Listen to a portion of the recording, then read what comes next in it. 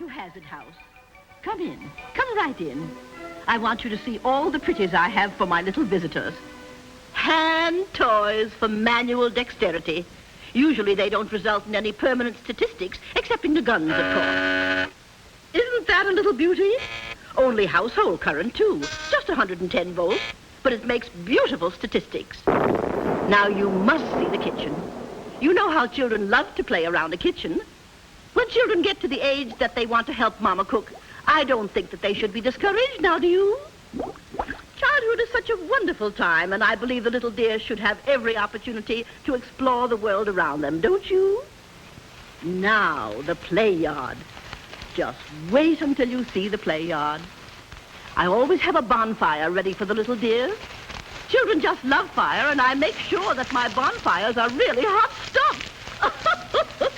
Oh, this will really burn you up. One of my very best statistic makers, burns and scalds. My, how they run the figures up. Now, this is the fall department. What goes up must come down, Oh, I can tell you it's a lovely sight to watch a 6-year-old take off from that roof thinking he's a spaceman. And water. How the little dears love water.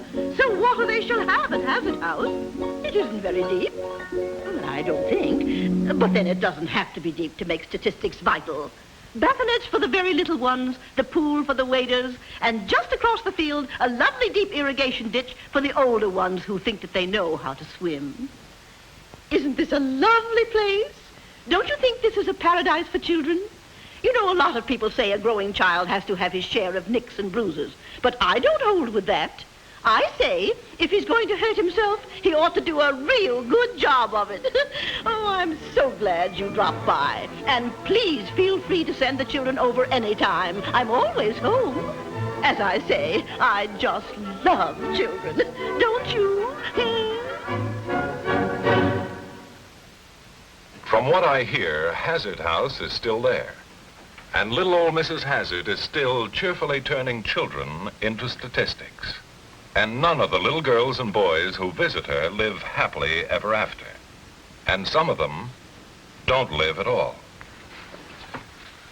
Now I'd like to introduce Dr. Harry F. Dietrich of the Beverly Hills Clinic and the Department of Pediatrics of the University of California Medical School at Los Angeles, and an authority on child accident problems. Dr. Dietrich.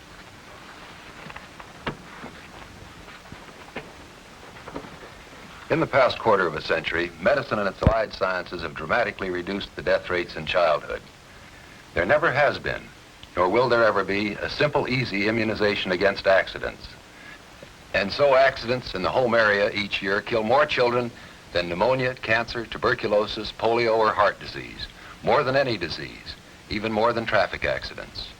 No sane person deliberately sets out to booby-trap his home, as did Mrs. Hazard in our grim fairy tale. But our homes and our lives are booby-trapped for accidents, and in the privileged privacy of the American home, no one but the parents can remove those hazards.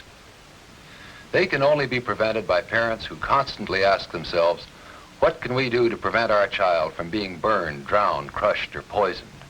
Gruesome thought? Not nearly as gruesome as the tragic effects when parents fail to recognize the seriousness of the accident problem.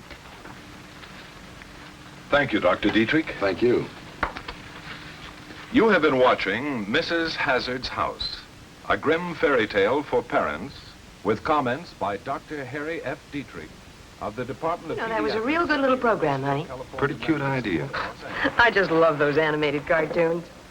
Yeah, but I think they overdid it trying to prove their point. I wouldn't be too sure about that. Was he talking to us? I was, and I am. Well, I never. Let's take a look around your house, if you don't mind. No, we don't mind, but I can tell you right now you won't find any child hazards in this house. Well, it never hurts to check up every now and then. Let's start with the baby itself. Now, that wooden toy she's playing with. Absolutely safe. Guaranteed to be painted with non-poisonous paint. And the playpen, too, for that matter. Good. And what about the doll? Well, you can see for yourself. Not one single button or bead that she can possibly swallow and get choked on. Very good. And what about that fascinating toy she's reaching for now? What toy? That worn-out electric cord. Cindy! Cindy! Oh, honey, you scared Mama to death. Is she all right? Oh, she's all right. Really, Jim, I think you could have fixed that cord. Come on, sweetheart. Well, don't blame me. What's the idea of putting the playpen so close to the floor plug? Oh, fine. Now it's my fault. Now, wait a minute. Who? Now, just a minute. You're both right, and you're both wrong. The playpen should not have been so close to the floor plug, and the wire should have been fixed. Why, she could have been electrocuted. Quite possibly. Ordinary house current, under certain circumstances, can be fatal to grown-ups. Under any circumstances, it can kill a little child. However, for now, Cindy is safe if you move the playpen away from electrical connections. But what about later, when she's outgrown the playpen? Even if the electric cords are in perfect condition, a curious child with a hairpin or a piece of wire can get some pretty shocking results from an uncovered electrical outlet. And it's a foolhardy risk to take when there are kid-proof safety plugs on the market. Well, I'll get some tomorrow. Anything else? Well, let's see. Where do you keep your medicines? Well, in the medicine cabinet in the bathroom. Where else? Out of reach of the baby? Of course, out of the reach of the baby. Perhaps out of her reach now. But let me ask you to imagine what might happen in the case of Cindy's 7-year-old brother. An advanced age when every height is a challenge to his ability to climb, and every closed door is an invitation to his curiosity. A utility cabinet where all household solvents, inflammables, and rat poisons, and all dangerous medicines can be stored and kept locked at all times. Now, this is the only sure guarantee that young children won't poison themselves with curiosity. One utility cabinet. Hasp and padlock. And Mother, Yes? anything cooking in the kitchen? Dinner's on the stove. All the pot handles turned in? Well, I don't know. Here, honey. Your pride and joy. Ours. You sit right. Okay.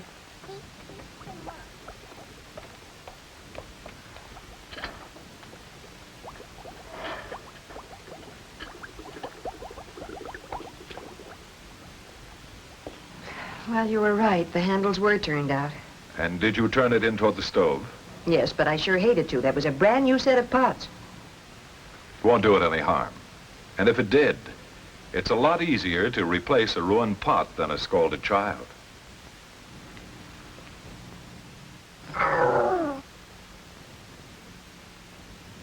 Cindy! Fine father you are. Why weren't you watching her? Well, I was writing all of this. Oh. No. That's right. Matches and lighters out of reach of the infant and the young child.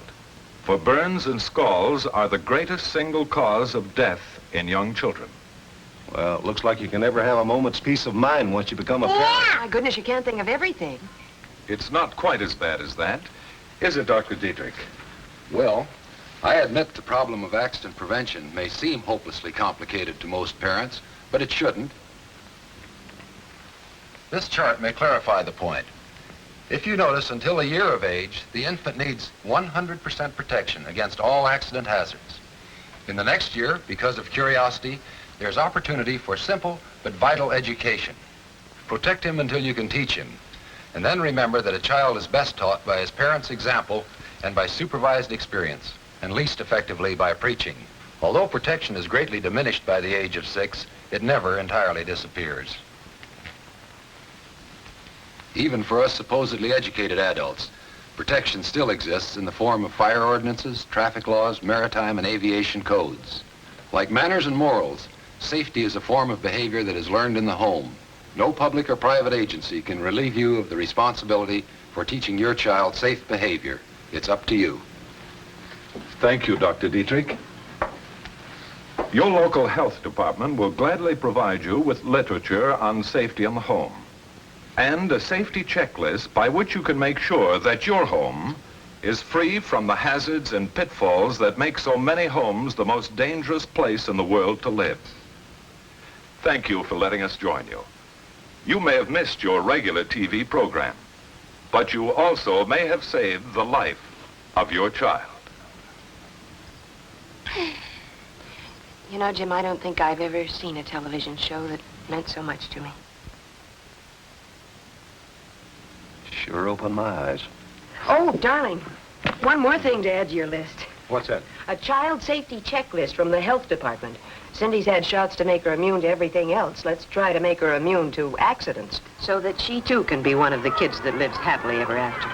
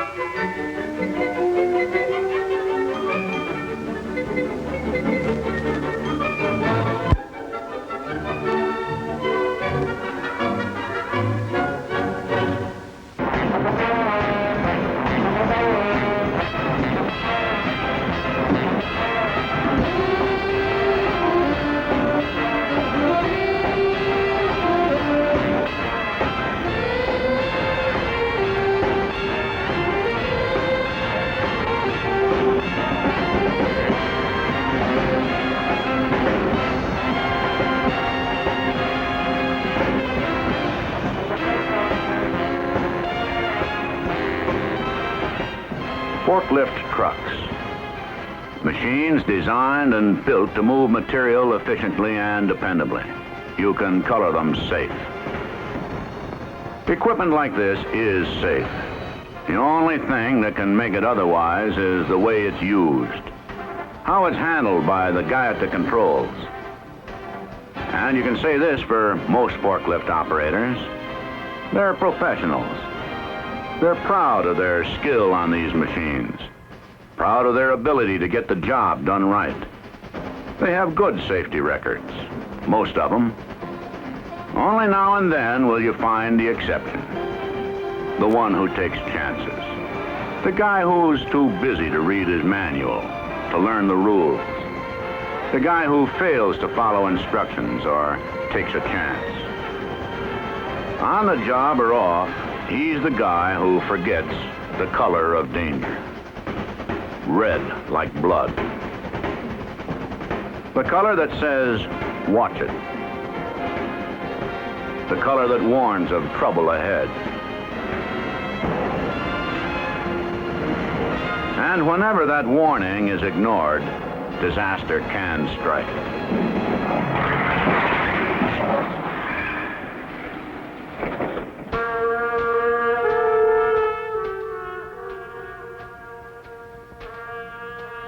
It can strike on the street or on the job. So most professional operators heed the warning signs. They look for the color of danger.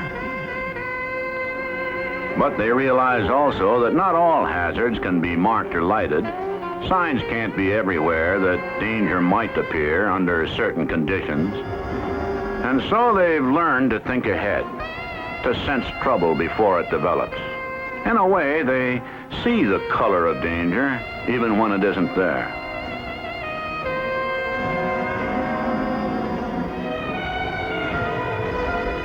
For example, ahead of this operator are a number of places that good sense would color red for danger. Places where the worst might happen if the operator were not alert.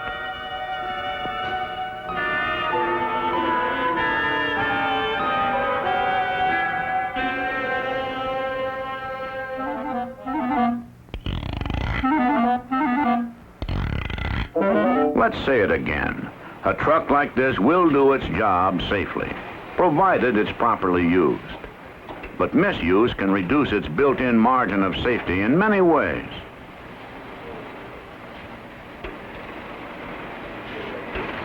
Load a truck beyond its rated capacity and the steering is affected. This may mean nothing more than a poorly negotiated turn and some expensive castings broken. Nobody hurt. Not this time. But faulty steering has been known to kill people. But even with no load and perfect steering, the careless operator can get himself in trouble. This fella fails to lower his mast. Forgets he has to pass under an overhead obstruction in the form of a temporary steam line. His thoughtlessness adds up to the color of danger.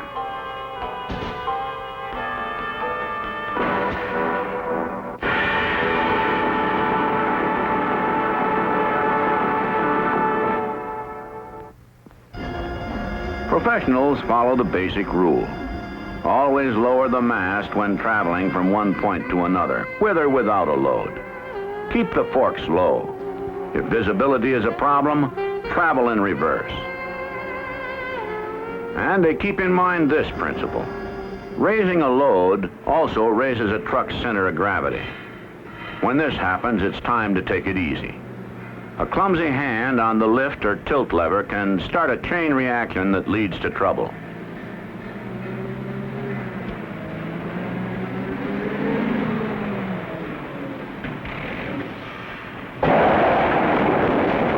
There's nothing like a little jolt to drive a lesson home. Some unmarked hazards are so obvious that anyone should spot them. Where would you put the color of danger in this scene? First of all, that load is loose on the pallet. And those railroad tracks will produce quite a bump at the speed he's going.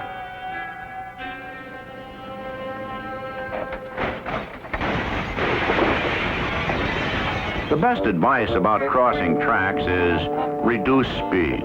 And always cross them at an angle instead of head-on. It's always condition red on a loading dock. Loose dock plates, wheels not blocked, slippery decks. Any of these can cause trouble. An operator who doesn't see the color of danger before he drives into a trailer isn't likely to see it after.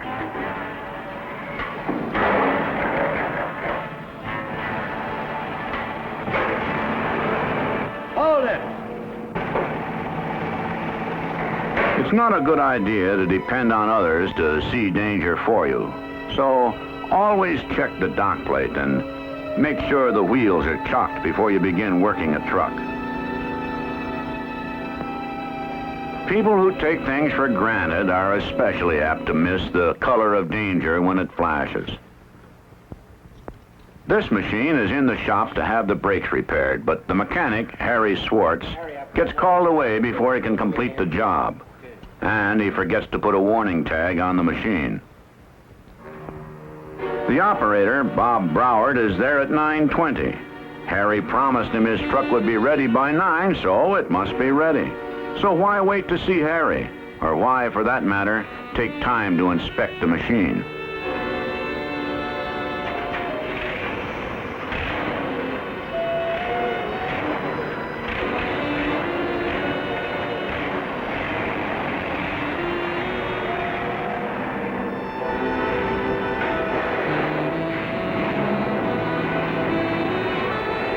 Here's why. He starts down an incline with no brakes. There's a sharp turn at the bottom. It's condition red all the way.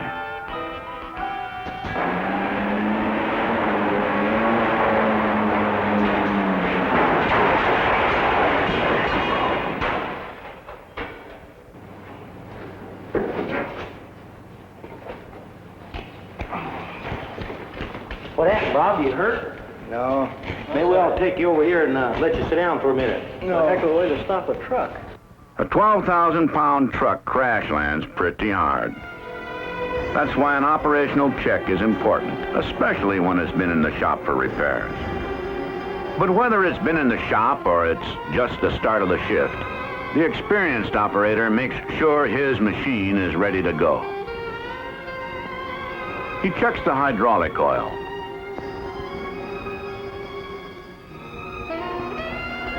the clutch and the water.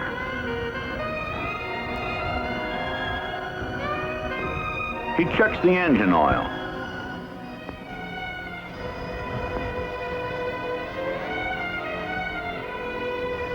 Looks at the tires.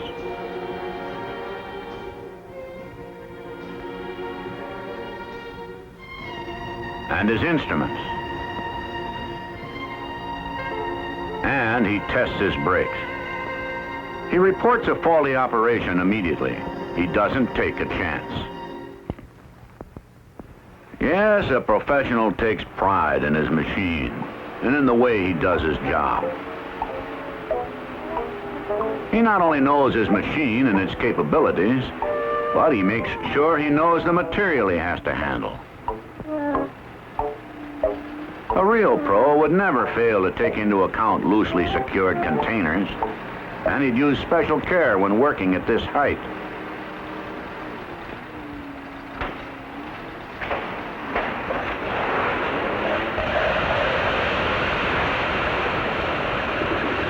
Several thousand cans is an awful mess to clean up. These machines will move tremendous amounts of material, but there's one thing they're not designed to do. They're not meant to carry passengers. If you want to really see the color of danger, just offer some of your buddies a ride on your truck.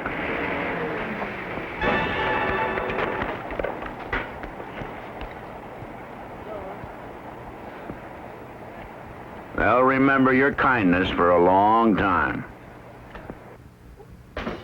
Here's another way to be remembered, and not fondly. Park your truck and leave the forks raised.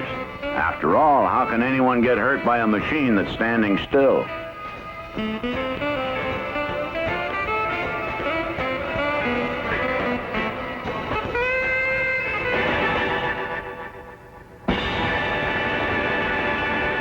This is a great way to cool a beautiful friendship. Of course, there are times when it's a good idea to cool it. Emotional upsets can turn careful people into real daredevils. Take the case of Joe Dexter, a forklift operator on his way to work. You better get back in your car here, buddy. Look what you did. Look in front of my car, man. You totaled it. You just knocked out my stoplight. You better just clear out of here. Hey, there's a stop sign right there. Did you see? You stopped 10 feet before that. Coordinate your foot with your eyes, evidently. I don't know what's the matter. Don't press your luck, partner. Yeah, thanks, buddy. Joe is still burned up when he gets to the plant. See you kind of late this morning. All right, now don't you start in on me, too. I wonder what's ailing him. He's too angry to use his head. Now, normally, Joe wouldn't think of traveling with his forks raised. He knows the extra weight of mast, carriage, and forks on his truck, combined with too much speed, can spell trouble. But he's sore, and in this state of mind, he can't see the color of danger.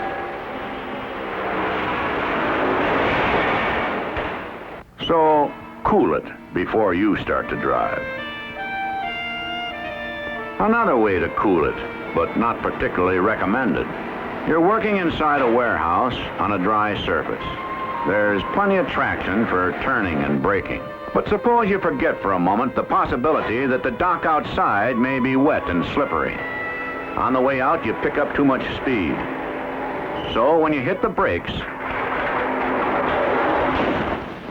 where traction may be a problem, reduce your speed. Or make sure you can swim.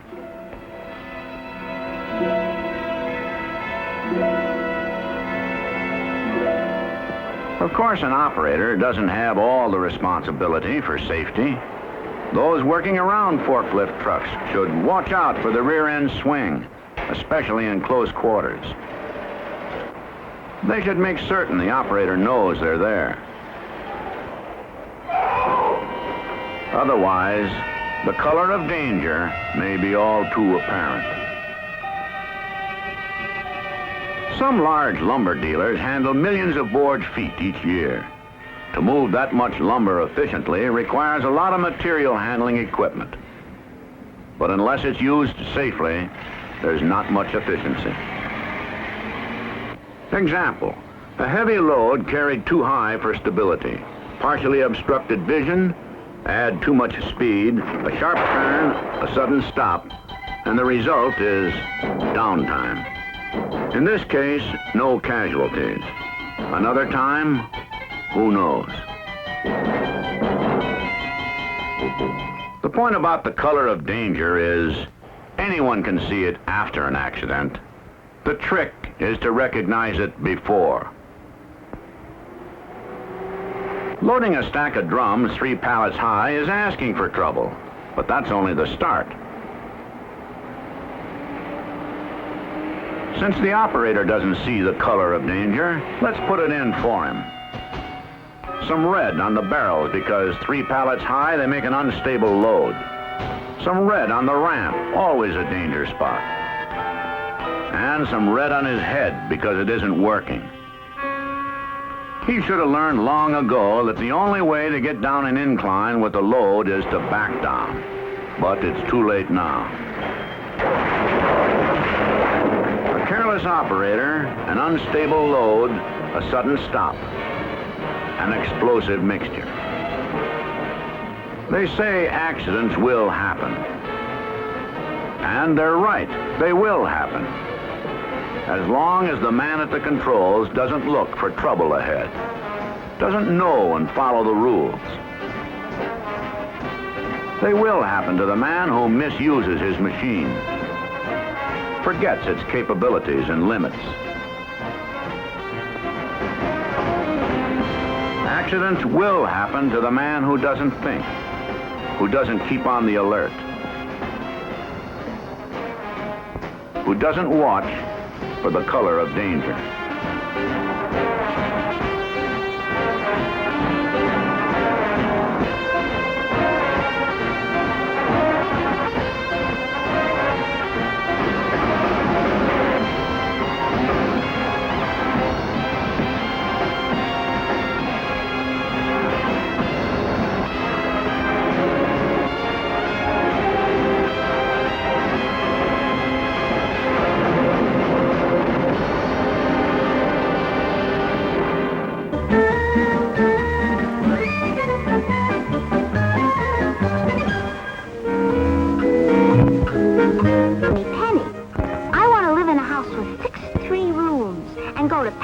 Buy all of my clothes.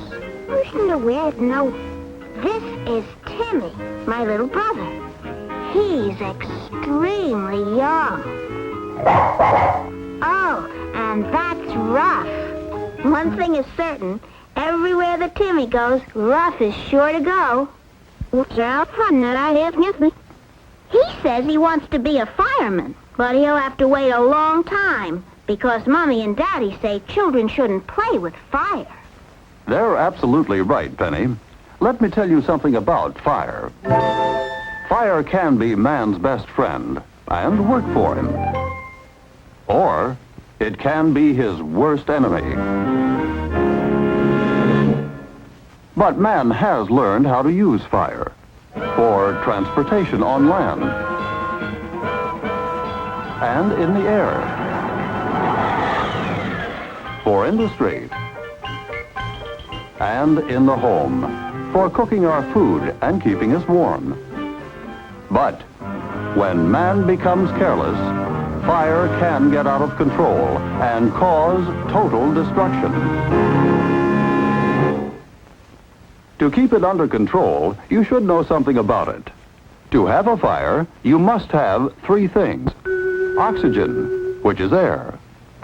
Heat, and fuel, something to burn. This is the fire triangle. If we take away oxygen, the fire will go out. If we take away heat, the fire will go out. If we take away fuel, the fire will go out. This is quite impressive. Well, with us here, he thinks it's impressive, too. Well, thank you.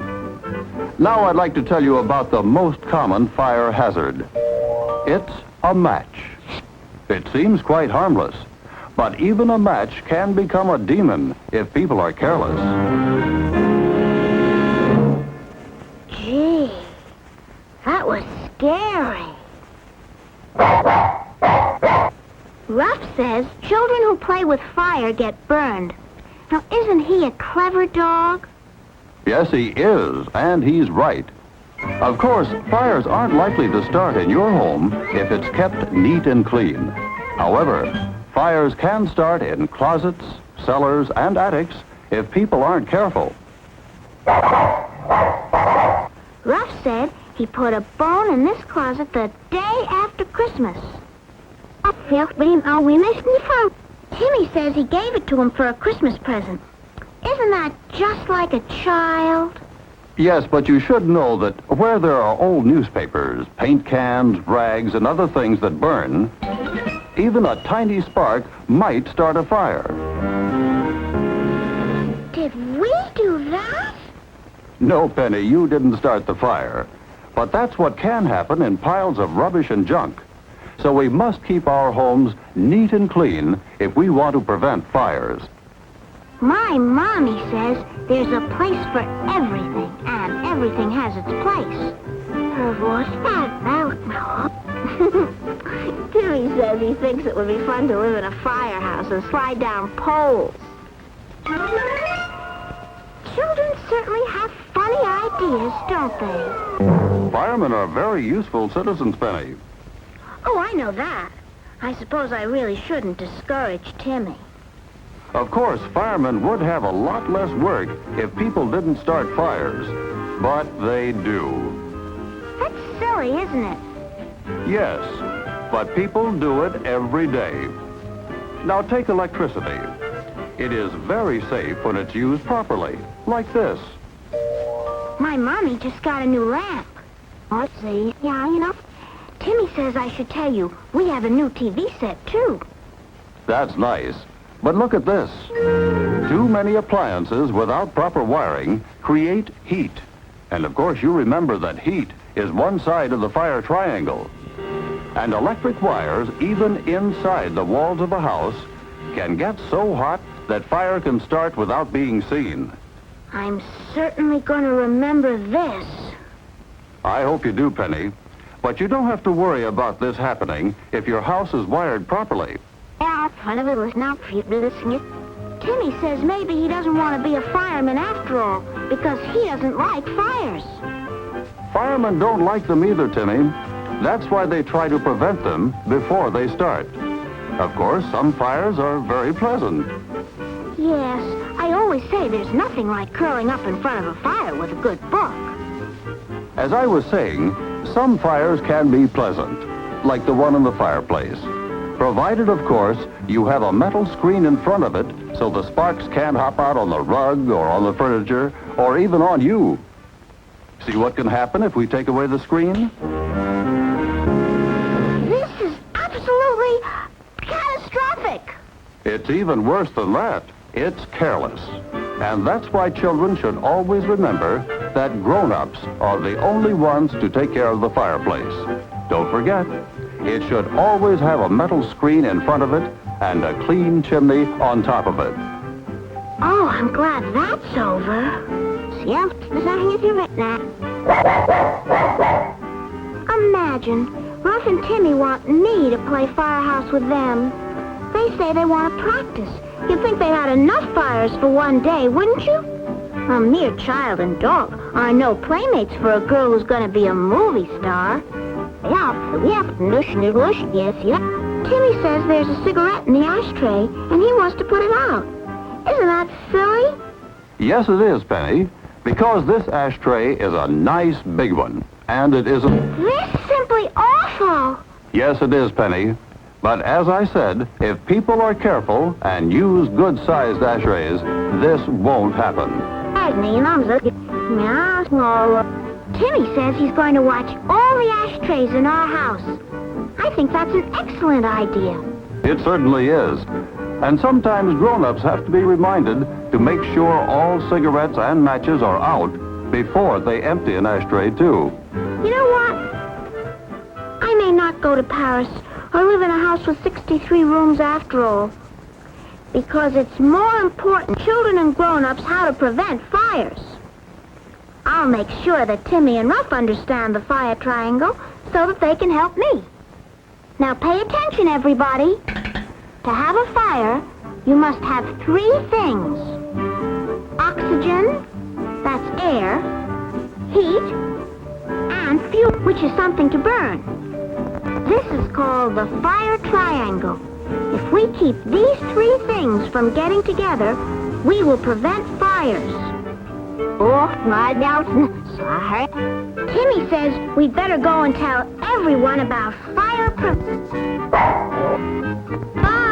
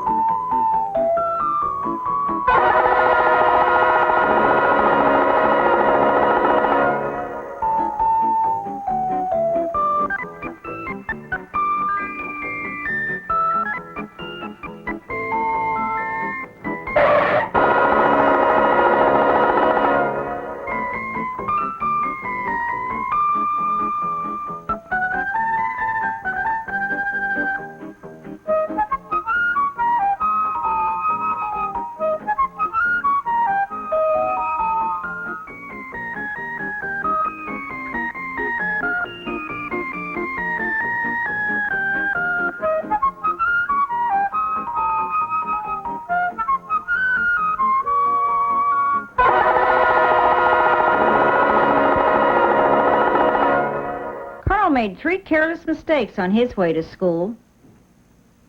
Do you know what they were?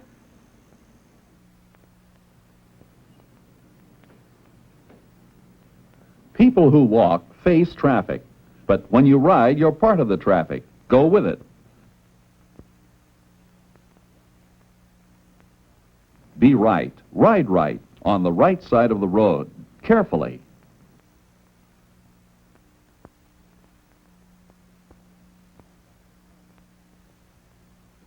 Watch out for car doors.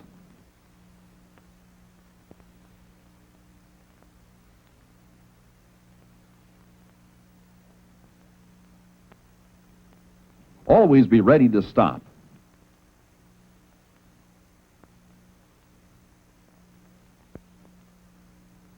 If you have a mirror, use it.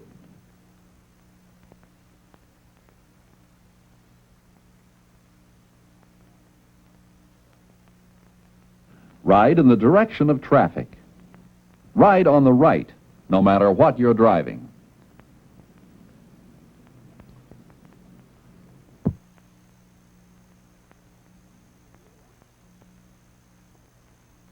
Can be fun, but don't forget that you must obey the law. You're not supposed to do this.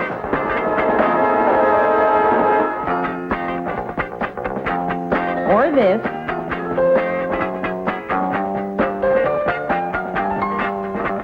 Or this. And certainly never ride at night without lights. All these are wrong and dangerous. Let's back up and look at the right way to do all these things. Always stop at stop signs.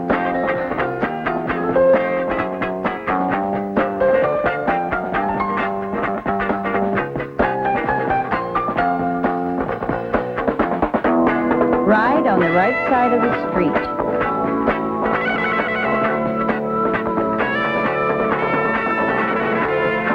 Don't use handlebars for riding. And remember, you need lights to see or be seen. Ride safely. It's more fun.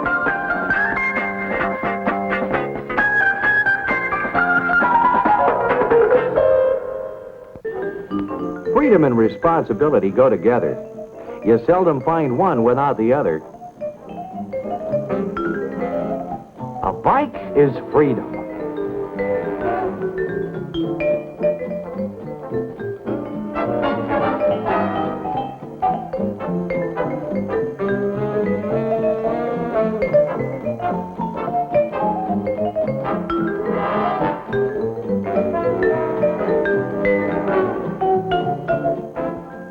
When you got that bike, you got a big share of responsibility, too.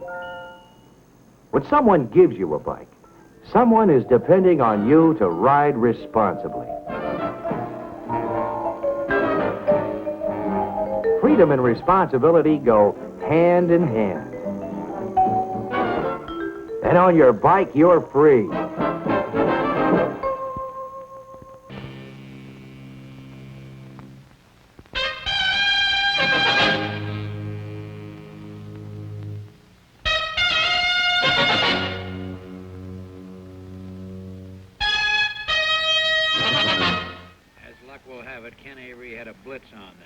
Rushing the passer. He just was coming in the right spot as the ball carrier hit in that hole, and he met him head on, as you saw.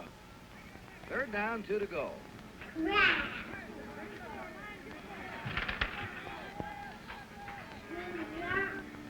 Full hour. Directing the attack right now. Out of time. A quickie right down the middle to number 83, Chet Anderson of Minnesota.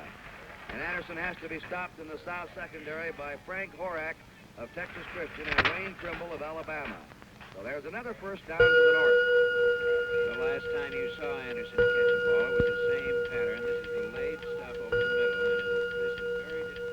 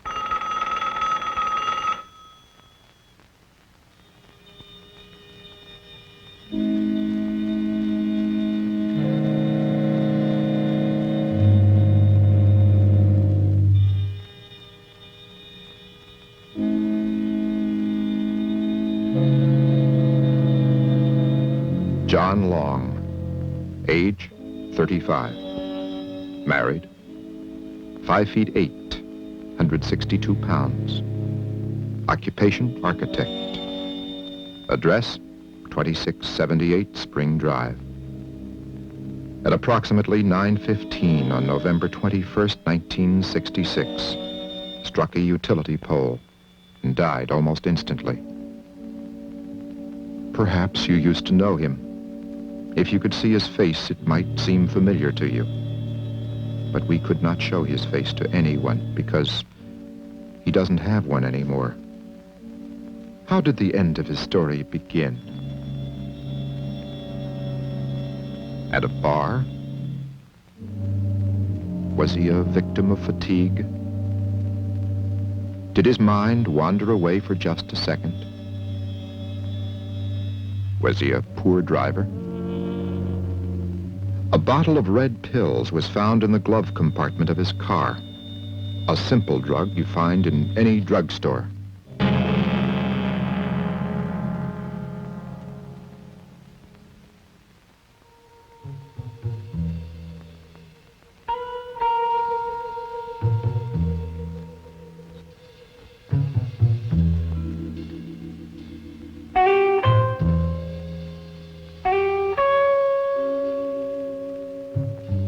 The day before his last, he bought a bottle of cold pills.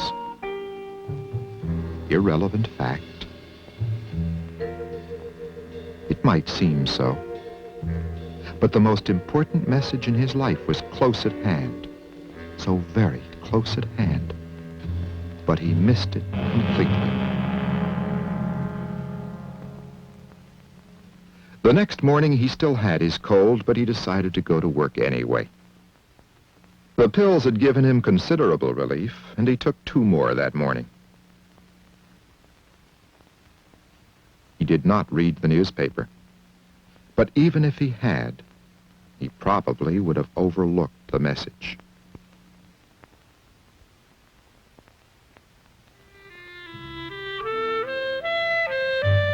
John's wife was very thoughtful, and she always took good care of him.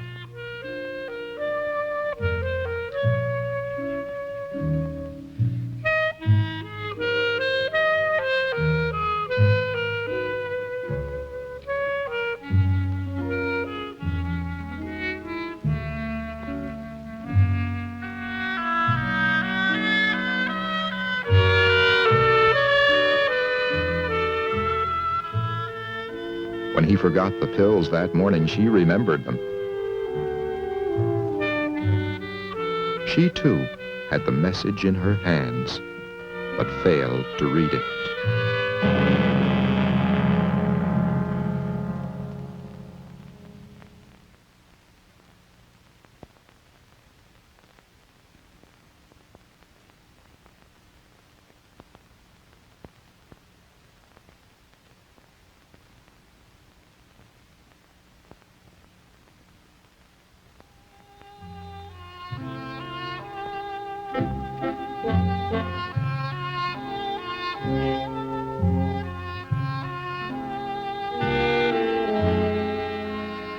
Everything was going fine at the building site.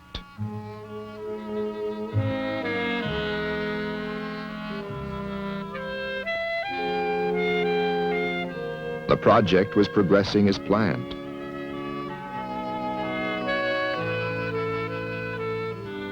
This building was important to him. In fact, it seemed like the most important thing in his life. He dreamed of more buildings like this.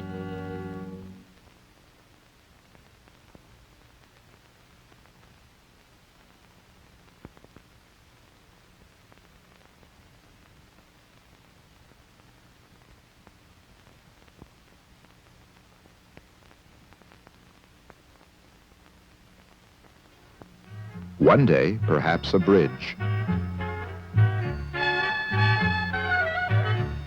A bridge like this one.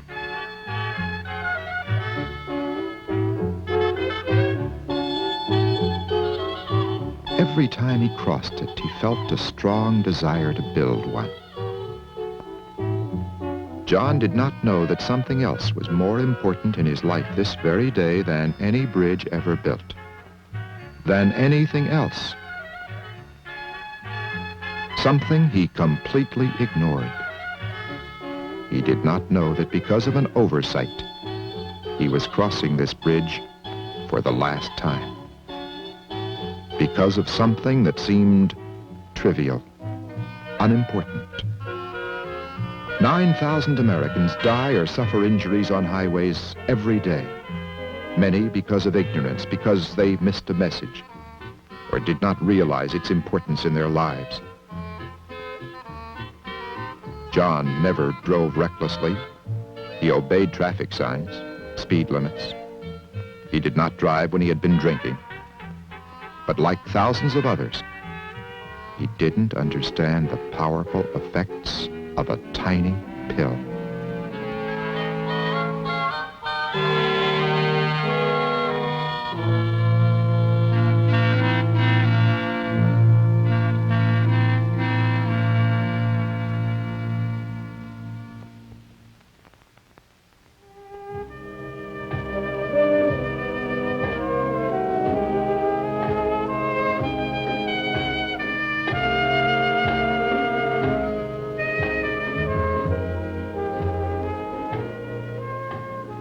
On the last stop, he was still unaware of danger.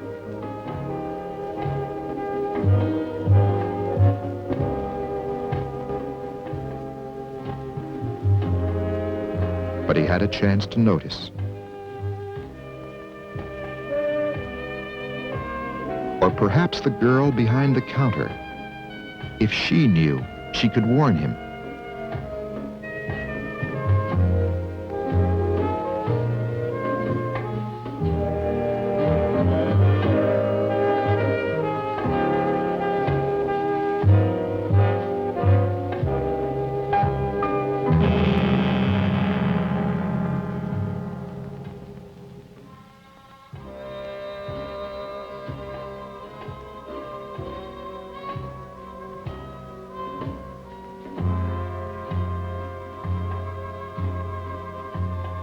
Tomorrow he will become a statistic.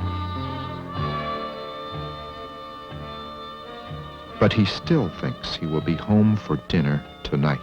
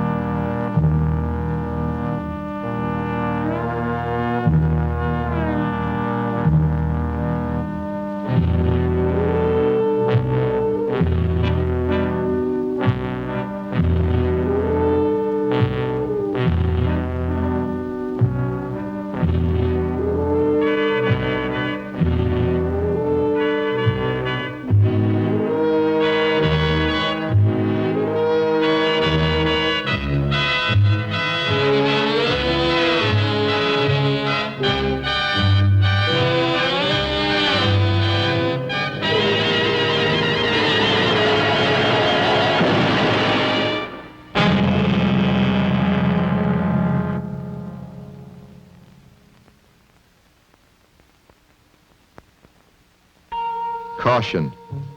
Do not drive or operate machinery while taking this medication. 5 billion pills are consumed in the United States every year. Millions of people use them every day. How many of them know that some common drugs, extremely helpful in our fight with illness, produce side effects such as the overwhelming desire to sleep, hallucinations, nausea, dizziness, hypertension, blurred vision, and so on?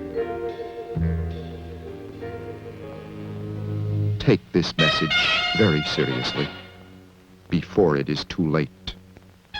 This message can make the difference between whether you will or will not come home for dinner tonight.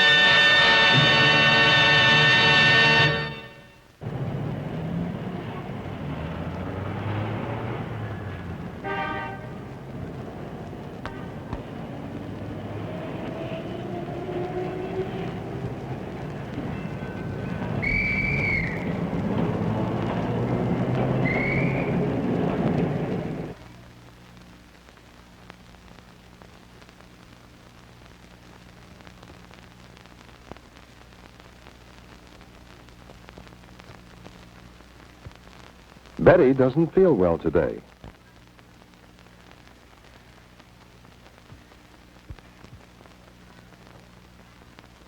There's a school nurse in Betty's school. The teacher thinks that Betty should go and see the nurse.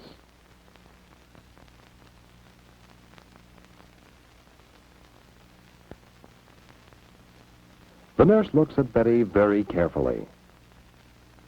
She sees some red spots. Could it be the measles? The nurse thinks it may be, so she arranges to send Betty home right away.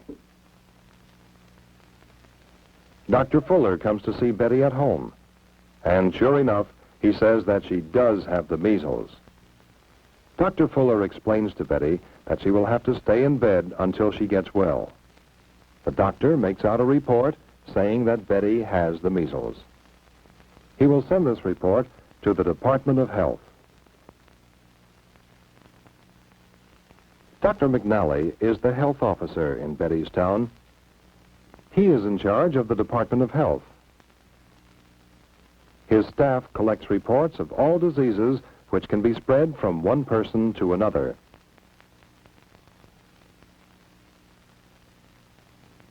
These diseases are called contagious. The health officer wants everyone with a contagious disease to be in isolation. Isolation means that the sick person will not be allowed to go where she might spread her disease to anyone else.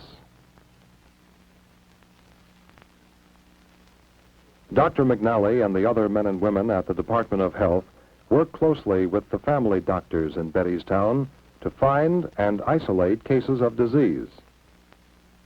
But more important, they fight to stop disease before it can start. One way they do this is by making sure that everyone gets vaccinated. A vaccination can protect you from a disease. Something like a heavy coat protects you from the cold.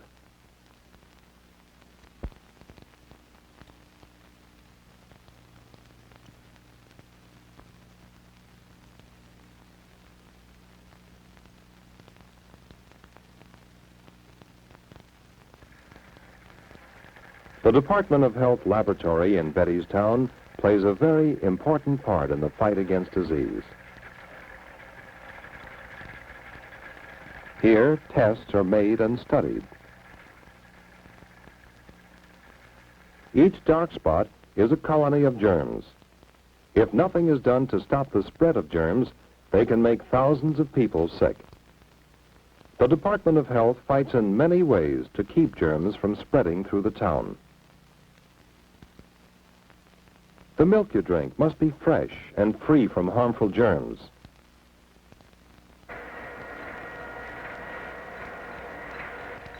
At the local dairies, inspectors from the Department of Health take samples of milk.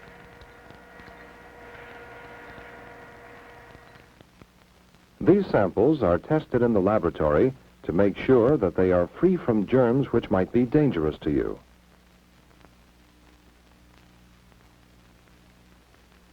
How about water? After all, everyone drinks water. Well then, isn't it important for that water to be safe and good to drink?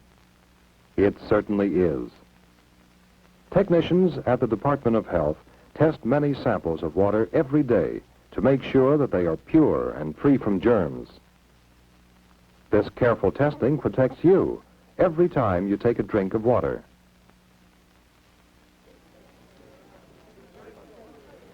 How do you know that food in restaurants is good and safe to eat?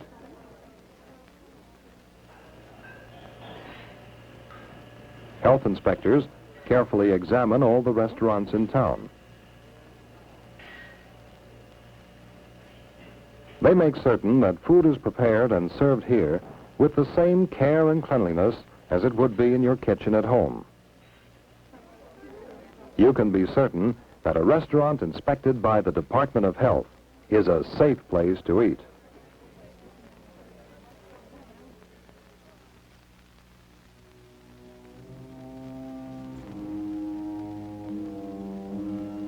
Here is another way that disease germs can be spread. Millions of germs can live and grow in waste like this. When people are careless with waste, it's easy for disease to spread. The Department of Health fights this kind of carelessness and teaches care like this.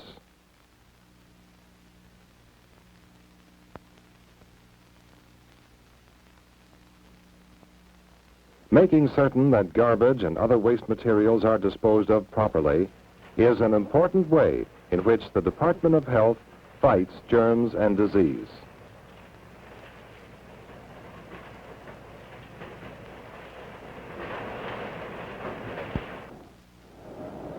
Protecting the health of an entire town requires the work of many people. Volunteer workers in your town may arrange meetings where parents with young children can talk with the town doctors. Here, a mother can see how her child is growing and learn the best ways to keep him healthy. If you are handicapped, you might find that your town has special classes for handicapped children. The town may arrange for chest x-rays, which can detect diseases whose symptoms are hidden to view. The x-ray takes only a few seconds, but it can help to discover certain diseases in their early stages when they are easier to cure. Your town may also provide visiting nurses who go out to homes where people need care for injuries or illness.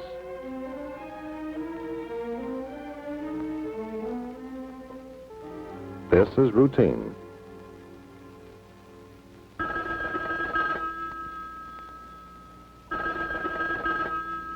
When an emergency strikes, the Department of Health is ready for it.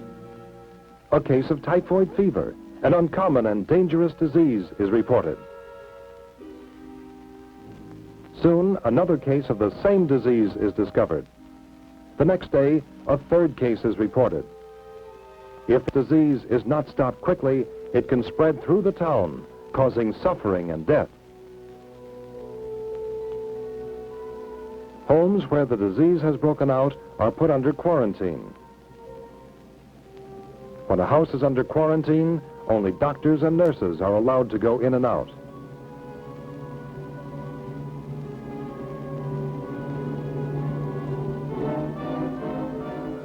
Three cases of typhoid fever. The Department of Health must find out how the disease is spreading and stop the spread. Like detectives searching for clues, they ask questions. Where does your husband work? What restaurants does he eat in? Has there been any trouble with the plumbing in your home? Where do you buy your groceries? Do you know either of the other two sick people? Do you go swimming in a pool? Samples of water are taken from the homes of the sick people. The samples are tested to see if sewage has gotten into the water. More tests are made. And more questions are asked. Do you work out in a gym? Do you have any friends who live on Oak Street? Have you taken a drink from a stream? The answers to hundreds of questions and tests are put together and compared. And finally, 3 answers are found that match. All 3 of the sick people ate in the same restaurant the week before they became ill. The men and women who work at the restaurant are given complete physical examinations and are thoroughly questioned. The restaurant itself is inspected to the last detail. Questions and tests.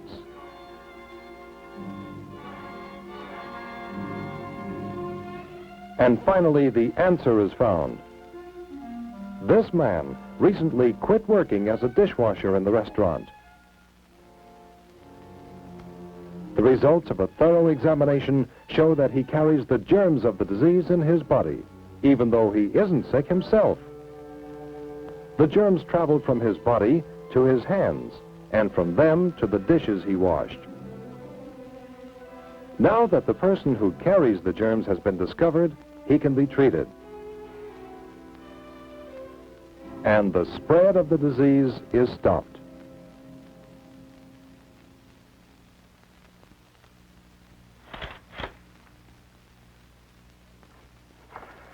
Betty is feeling much better.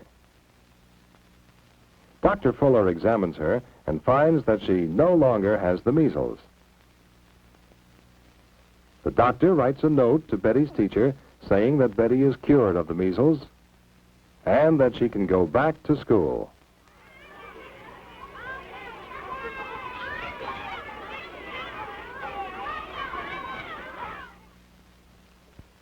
What can you do to help fight the spread of disease in your town? First, keep yourself healthy. Follow all the rules of good health. Second, don't be careless. Be careful about germs. Third, help keep your house and your town clean. Don't let germs breed where you live. And finally, when you are sick, stay at home in bed. You'll get well more quickly, and you won't spread your germs to others. In Betty's town and yours, there are fighters, men and women who fight to keep your town a safe and happy place to live. There are the policemen who fight crime and protect you in traffic. And there are the firemen who ride the engines to fight fires.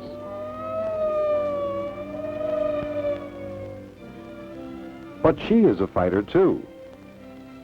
And so is he. And so is she.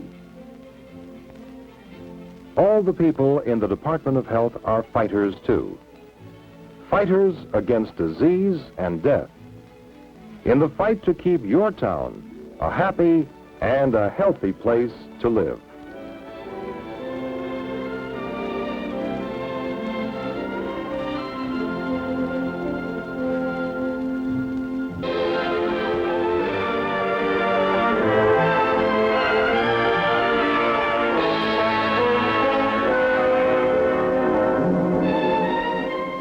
Medical self-help is an emergency measure to be used only in cases of sudden or extraordinary misfortune. If people require medical care in the course of normal, everyday living, they should always be treated by a doctor. However, when disaster strikes, you may not be able to obtain trained medical aid in time. There are many forms of disaster. They can happen to you and your family at any moment. This film is one of a series on medical self-help. Its purpose is to teach you what to do in an emergency situation when there is no doctor.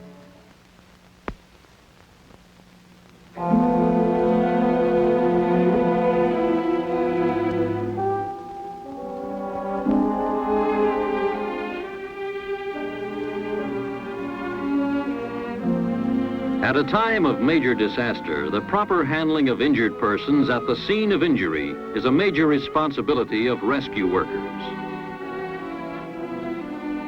Some casualties may not require any immediate medical aid and can be transported safely to a place of shelter.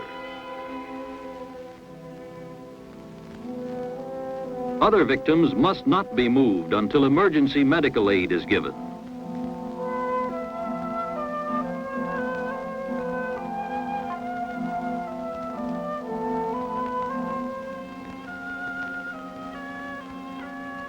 Among these are persons who may be suffocating or who may have a hemorrhage. Another injury which must be attended to before moving a person is a fracture. Fractures may comprise the greatest number of injuries following a major disaster. This wall might collapse. In other situations, it might be danger from fire or an explosion or a live electrical wire. Do not lift the victim. Drag him to safety, but do not move him any further than absolutely necessary. If he has a fracture, any movement of the involved part may cause additional injury. This is the first rule in treating a fracture victim. Do not move him except to drag him away from immediate danger.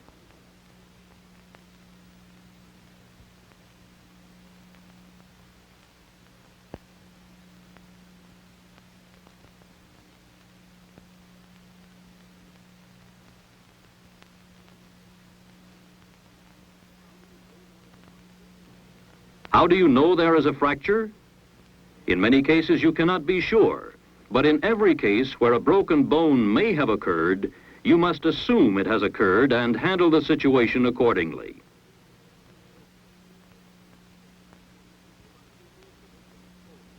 If you must remove the victim's clothing in order to examine the injury, cut the clothing away rather than lift or move the limb.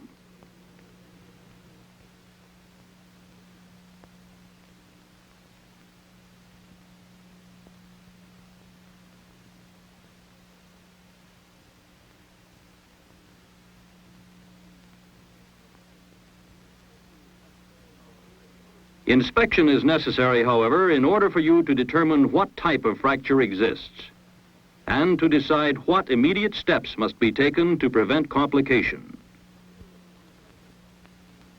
Here is one type of fracture, a simple fracture of the long bone in the upper leg. A simple fracture is one in which the broken ends of the bone do not penetrate the skin. But note that the broken ends of the bone are jagged and sharp. Any movement of the leg may cause these two jagged ends of bone to cut into blood vessels or nerves which run alongside the bone. For this reason, a person with a fracture or suspected fracture should never be moved until the fractured limb has been splinted. Splints are any suitable objects which provide support for the fractured limb and prevent it from bending at a joint or a fracture site. Remember, a simple fracture is not a harmless fracture. There's no such thing. In any fracture, the movement of jagged edges of bone may cause additional serious injury. This is a simple fracture of the upper leg. As in most cases, there is swelling and discoloration, but the skin is not broken, so you do not have to worry about controlling bleeding or preventing infection in this case. But in every case of injury, there is the danger of shock. This is especially true if there has been much blood loss or extensive injury to tissues and bone. If shock has occurred, immediate anti-shock measures must be taken. However, if the victim does not appear to be in shock, keep him warm and quiet, and reassure him that everything possible will be done to relieve his pain, and move him to shelter.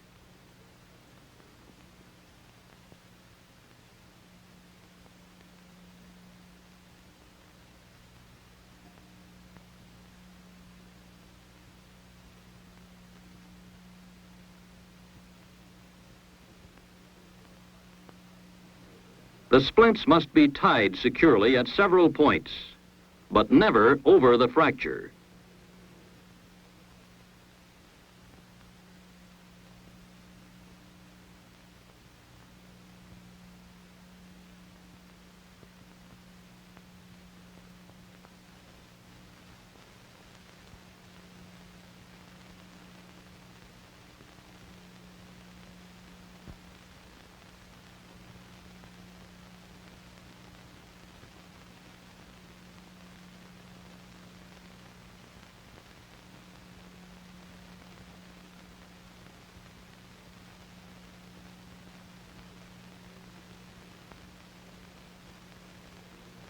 Use any available material to make the ties, such as belts, strips of blanket, or clothing. It is also important to avoid binding the leg so tight as to cut off circulation. Remember, the victim may have to wear the splint for as long as 2 weeks without getting professional medical help.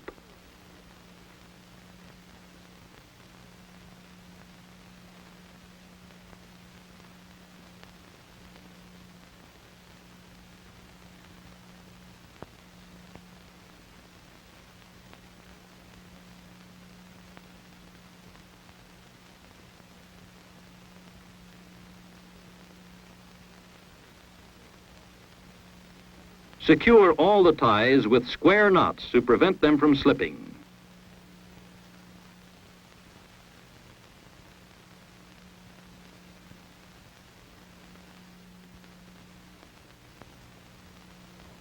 Splints should be padded with some soft material. Wads of clothing or strips of a torn blanket, burlap or newspapers, or even grass. Padding makes the splint fit better, holds the fracture in better alignment, and makes it more comfortable for the victim. When the splint is completed, examine the toes to be sure they are not turning blue. If that occurs, loosen the bindings.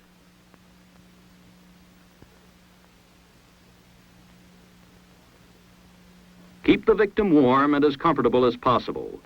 Under the circumstances, you can do no more for a man with a simple fracture.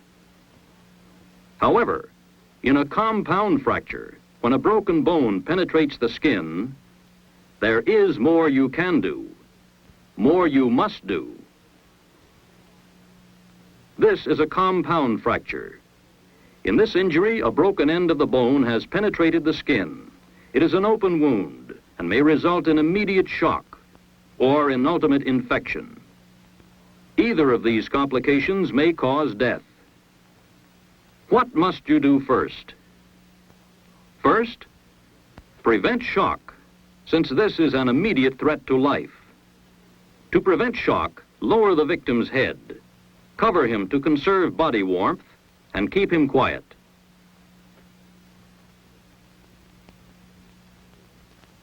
Your second responsibility to the injured man is to help shield the wound from further contamination. To do this, cover the exposed segment of bone with a sterile dressing. If you do not have a sterile dressing, use any clean piece of cloth. Avoid touching the exposed bone or the open wound with your fingers. Before the injured person can be moved, his leg must be splinted in place. This is essential to prevent further damage to the leg, as well as to minimize pain. Remember, pain contributes to shock. And you must try to prevent the victim from suffering further pain by handling him gently as you pad the splints and secure them to the fractured limb. When the fractured limb has been splinted, the injured person must be moved to a place of shelter. Bear in mind the need to handle him gently to combat shock.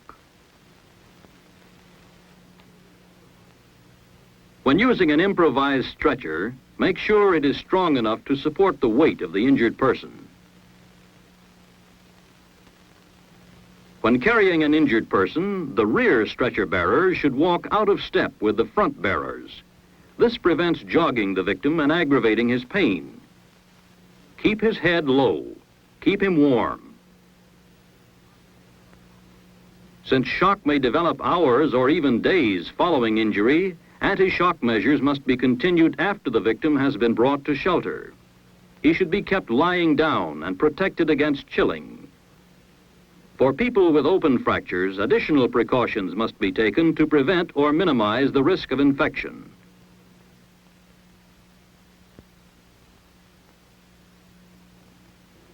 An infection of bone can lead to loss of the limb or of life itself.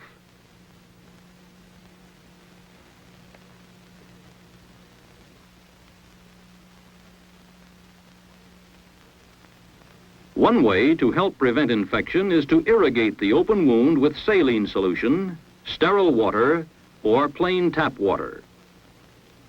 Irrigating an open fracture wound will flush away foreign material and bacteria and help to keep it clean. Make sure the solution rinses out the wound and does not simply flood it.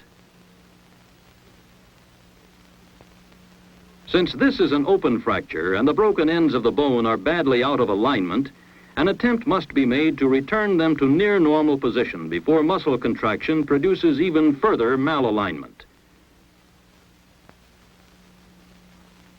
This requires that traction be exerted on the injured limb in order to pull the exposed end of the bone back into normal or near normal position within the limb. Ideally, traction is applied in a hospital, But this is not a hospital, and there are no doctors and nurses. This injured man can be helped only by rescue workers knowing what to do and what not to do under the circumstances. If the bone has penetrated the skin or there is an obvious deformity caused by the malalignment of the bone ends, you may be able to reposition them to near normal alignment by gentle manual traction. But never attempt to do this alone, and never force traction. Forcing traction may cause additional injury to the leg.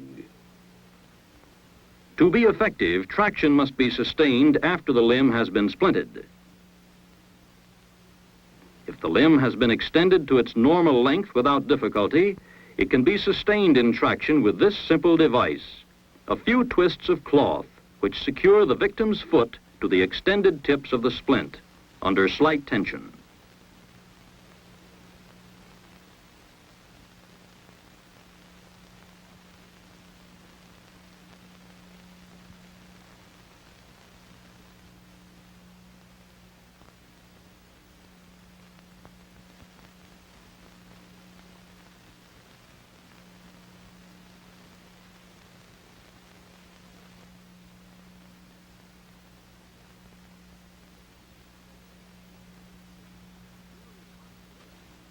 Your responsibility to the victim of a fracture is to immobilize the limb, transport him safely to a place of shelter, and do all you can to prevent infection. In so doing, maintain continuous countermeasures against shock. It would be useless to do a good job on the fracture if the victim were subsequently to die from that complication. Any bone in the body may be fractured with varying degrees of severity and complication. The bones of the skull, chest, and hips may be crushed inward, damaging the organs and tissues they are intended to protect. Other bones, such as the spine, arms, and legs, may be broken apart in one or more places, damaging blood vessels, nerves, and other tissues which are adjacent to them. In every fracture, or suspected fracture, a basic rule applies: immobilize it. How you do this depends on the type of bone and its location. The long bones of the arm, like those of the legs, are best immobilized by splinting. Although a person with a broken arm may be perfectly conscious and want to get up, do not let him move, and do not move him until you have examined his injury and made a splint for it.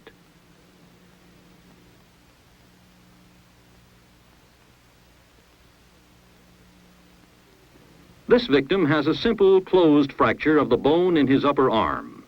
You can't determine this by the appearance, for there is little deformity and no swelling or discoloration. But the arm is painful to move, and the victim has been exposed to violence.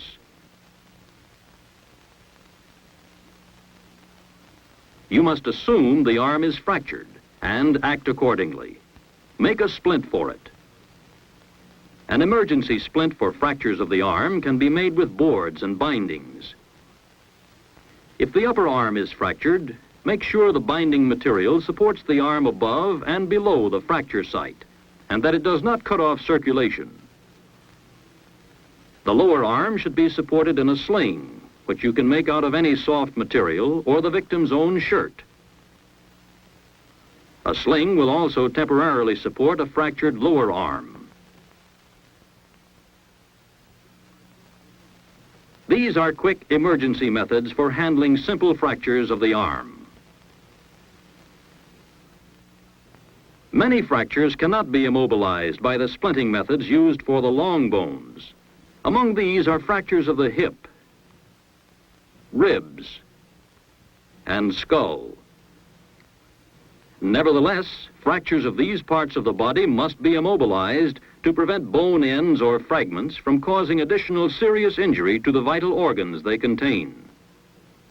A person with a skull fracture may be conscious or unconscious.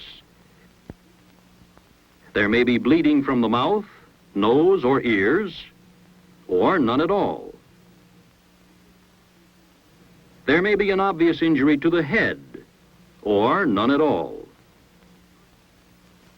If conscious, there are often signs of nervous disorder. If a victim is found in any such condition, there are certain do's and do-nots that may save a life.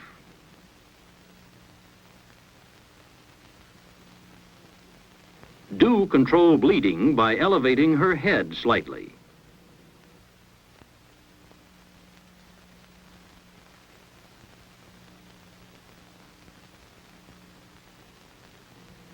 Do make certain she's breathing adequately.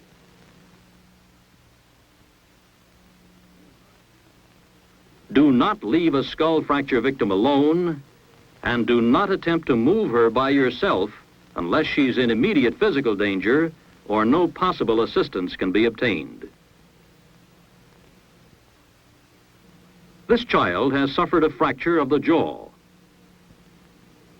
If necessary, use your finger to clean out her mouth. The greatest danger is from choking on broken teeth or blood.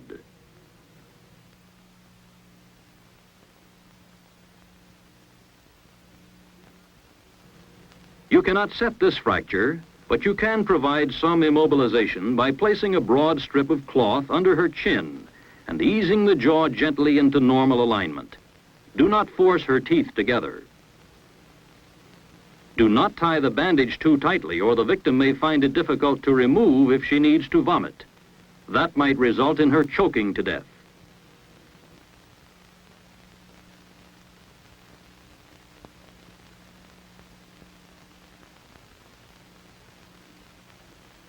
Do not tie the support with a square knot. Use a bow knot with long ends hanging loose, which the victim can grasp in a hurry. Among older people, fractures of the pelvis or hip are common and often result from a simple fall. If the victim complains of pain and immobility of the hips and pain radiating down one or both legs, you must assume that a fractured pelvis may be the cause.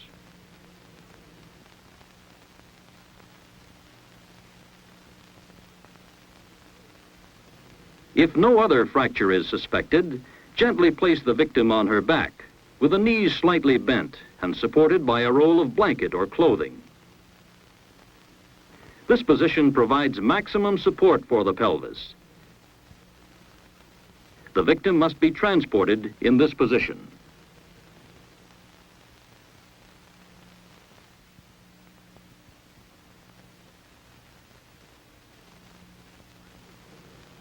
Fractures of the ribs commonly occur in people trapped in a demolished building or when they have been hurled off their feet by an explosion. Most rib fractures are depressed injuries, and care must be taken to avoid causing any additional depression of bone fragments into the chest. If the pain is slight and the person is breathing without difficulty, do nothing.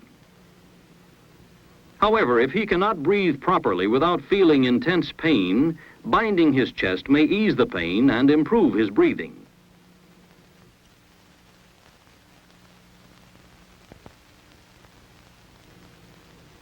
The bandages should provide support for the chest so that it does not expand greatly when he breathes. Expansion and contraction are the causes of his pain. Bandaging should include the lower part of the chest because breathing movements are best controlled in this way.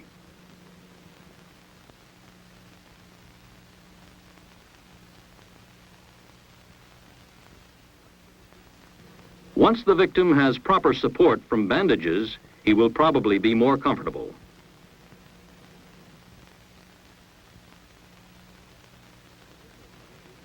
Of all fractures which may occur in the body, the most serious are those of the spine and neck.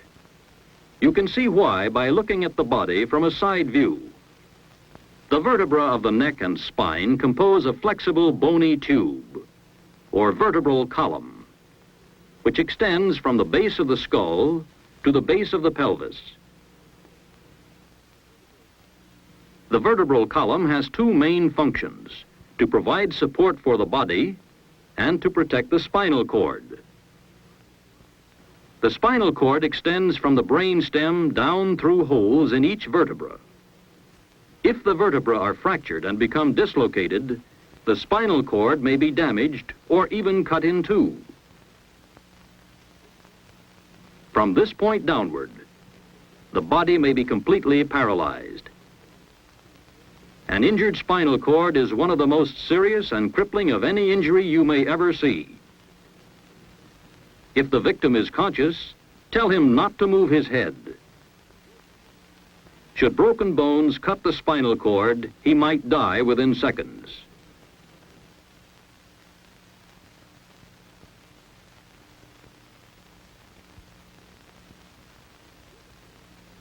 Prevent this by supporting his head with padded bricks or stones. Whether you suspect a fractured neck or a fractured spine, don't raise or twist his head and don't let him move himself. Keep him lying straight and still. Then call for assistance. You must have assistance to move him safely. If possible, 3 men to lift and 1 to fetch and place the litter.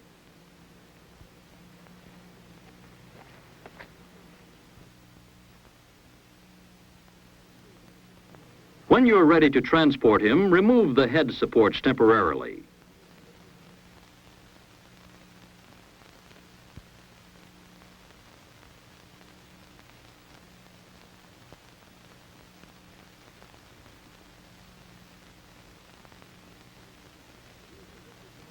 Use a rigid canvas litter or one improvised with boards or a door. That will assure the best support for the neck or the spine. Be sure to place him so that his head, neck, and spine are in natural alignment. Then once again prop his head to keep it from rolling. Prevent him from falling or sliding.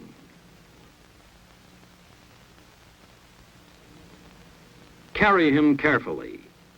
His life is in your hands. Many fractures invite the risk of death.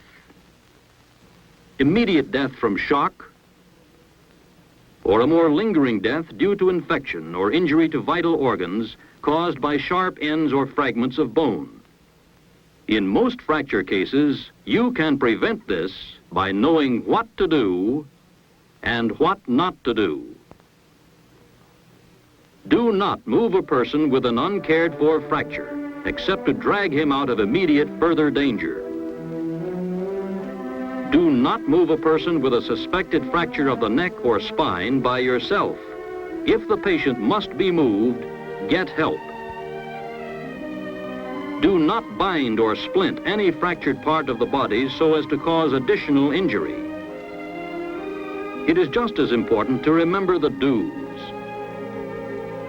Do immobilize fractures by splinting or binding at the place of injury before moving the victim to shelter.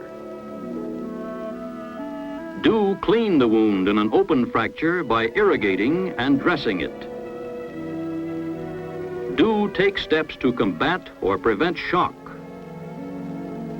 And do suspect that a fracture may exist in any person who has fallen, been thrown or hurt by a moving object, and act accordingly. By so doing and not doing, in the emergency treatment of fractures, you will save lives, prevent deformity, and minimize suffering.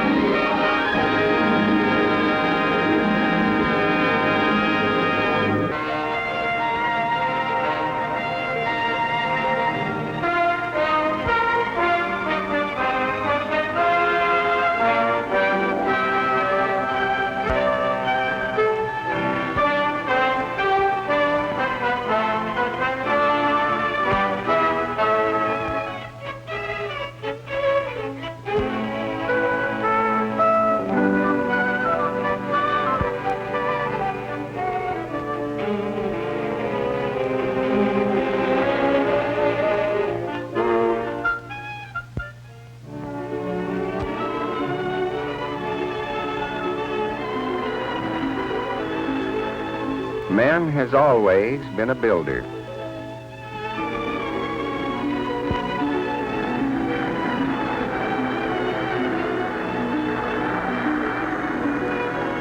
Yes, man has always been a builder, but his structures have endured only when the materials he used were able to resist the forces of nature. Most of those forces we have found it easy to comprehend. The wind, the sun, the rain, and the snow. So understanding them, we have built our shelters against them. Simply at first, then as we acquired new skills and imagination, with increasing comfort, grace, and beauty.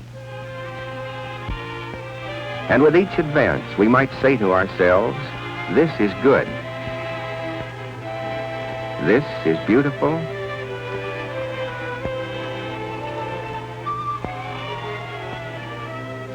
And this is durable.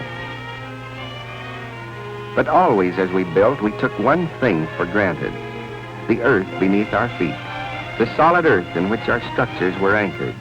But the earth cannot be taken for granted, for sometimes in unexpected places and without a moment's warning, our seemingly solid earth will heave and twist and strain, wrenching our homes in its violent spasm, filling our minds with helpless fear.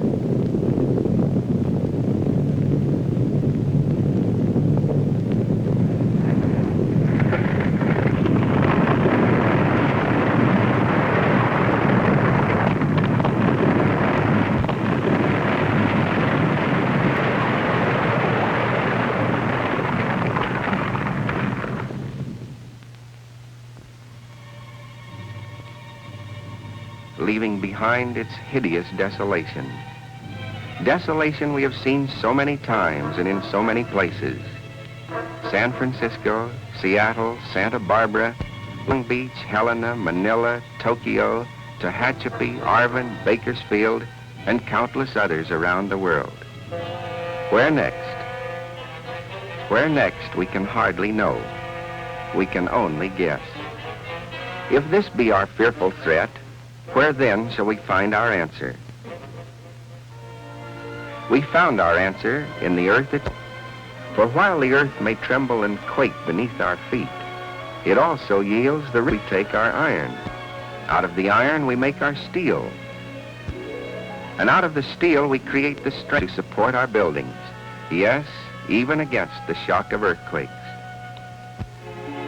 For while the earth's shock can play havoc with those buildings which are poorly designed or built of insubstantial materials, there have been many examples that structures built of steel or reinforced with steel have been able to withstand the shock of earthquake. One such example was the famous old ferry building of San Francisco. Framed with steel, this venerable landmark was one of the buildings to survive the earthquake of 1906, with but minor damage to the tower. In the Pacific Northwest, a convincing example was the Smith Tower of Seattle construction, earthquake of 1949. In Long Beach, California, the beautiful Villa Riviera, constructed of steel, was a notable survivor of the earthquake of 1933. And in Arvin, California, the Arvin High School, with its modern steel-reinforced construction, suffered only minimum damage in the severe Tehachapi shocks of 1952. What a contrast to the Cummings Valley School not far away, which, lacking such strength, was reduced to rubble by the very same earthquake. One does not like to think of children trapped in a collapsing schoolhouse. From such convincing evidence, we have the proof that steel is an important factor in the construction of earthquake-resistant buildings. But in order to understand why, we must know something about the nature of earthquakes themselves. To begin with, movements of some kind are going on in the Earth's crust somewhere all the time. Movements which, in their own way, are as restless as the changing tides of the sea. Many of these movements are so minor that we ourselves do not feel them, but we know they're going on because our sensitive recording instruments constantly tell us so. On the other hand, there are movements so strong and violent that we do feel them, and very sharply. Many of these movements have taken place along the Pacific coast, a region which, to many people, has become known as the earthquake belt of North America. Let it not be assumed, however, that earthquakes are confined to this so-called earth. Actually, earthquakes have occurred in every state. The strongest shocks of record in the United States occurred in 1811 and 1812 in Missouri. Another earthquake, originating in South Carolina in 1886, was felt 1,000 miles away. Earthquakes are no respecters of locality. They occur because of some slipping or rupturing within the earth, and this produces a fault. Sometimes these faults are in the Earth's surface, such as the famous San Andreas Fault in California. It was the slipping along this fault which caused the San Francisco earthquake of 1906, and several later ones as well. Sometimes, too, an earthquake may cause cracks or fissures at the Earth's surface. At one location, the Tehachapi quake created a crack nearly 6 feet wide and 6 feet deep, a surface indication of some rupturing deep below. All over the country are re-examining their building codes and causing codes to be revised. Codes which will protect the people of their communities not only against fire, flood, and storm, but against the unpredictable threat of earthquake.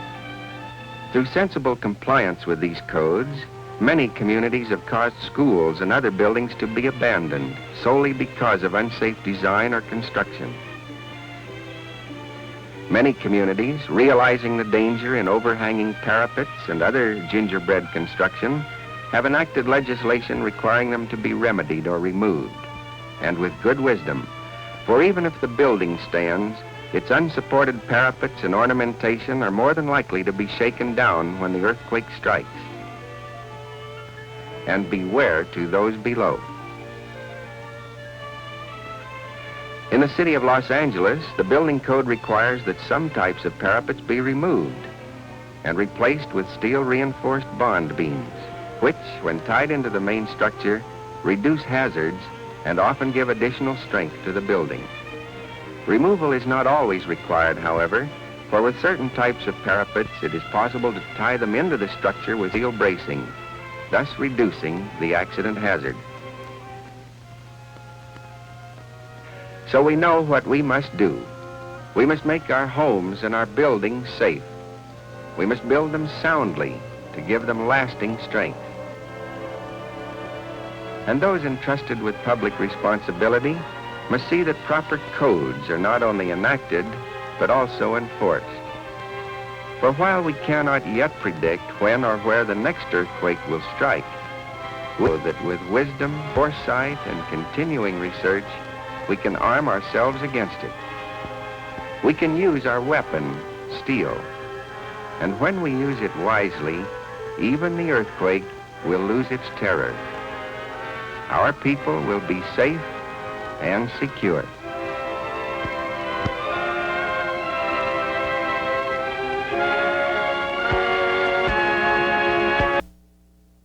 A question arises. What does one under the influence of LSD hear, see, and do? We're about to take you into the world of the LSD user, a world that to him is real, yet as terrifying and unreal as anything ever imagined. We call his trip of terror to fly a giant bird.